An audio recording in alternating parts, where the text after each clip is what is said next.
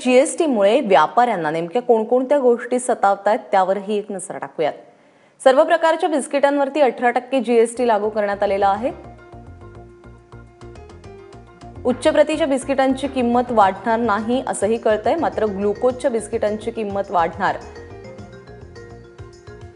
त्याचबरोबर डाळ तांदळासारख्या वस्तूंवरती जीएसटी नाही। ब्रँडेड पॅकिंगच्या वस्तू आपण पाहतोय, मात्र याच ब्रँडेड वस्तूंवरती 5% जीएसटी लागेल।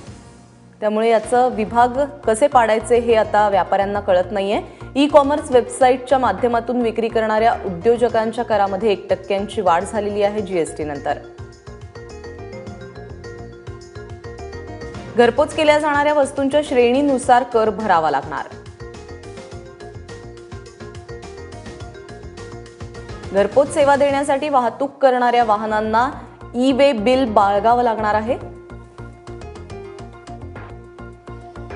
त्यामुळे या सगळ्या गोष्टी आता सध्या व्यापाऱ्यांना सतावतात।